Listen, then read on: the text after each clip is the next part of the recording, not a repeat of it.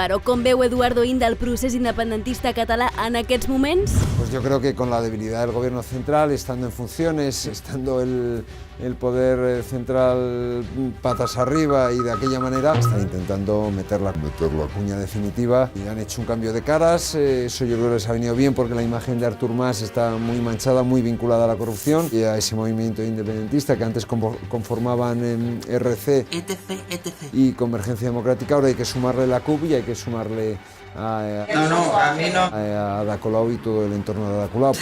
Ahora van y han metido la quinta, ¿no? Vas afirmar que el procés d'investidura de Carles Puigdemont havia estat corrupció democràtica. En quin sentit?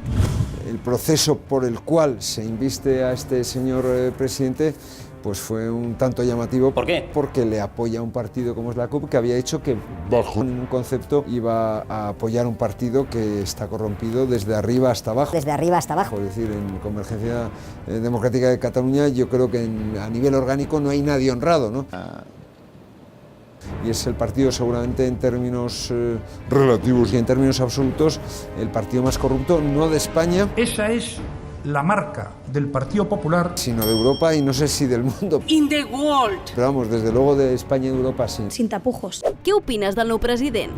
No lo conozco mucho, me parece un tipo, hombre, desde el punto de vista intelectual, no desde el punto de vista moral, que no lo sé, habrá que verlo con el tiempo, pero desde el punto de vista intelectual me parece más flojo que Artur Mas y que Jordi Pujol. No. Desde el punto de vista ético yo creo que de momento, por lo que parece, pues es una persona más creíble y más presentable, ¿no? No.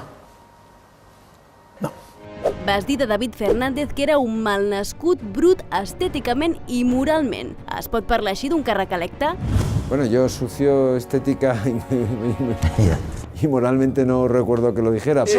Pero David Fernández es una persona pues que utiliza el insulto como argumento, ¿no? Yo lo único que hice fue describir sus acciones, ¿no? Nos vemos en el infierno. Pero eso fue hace mucho tiempo. Bueno, pues no discutir.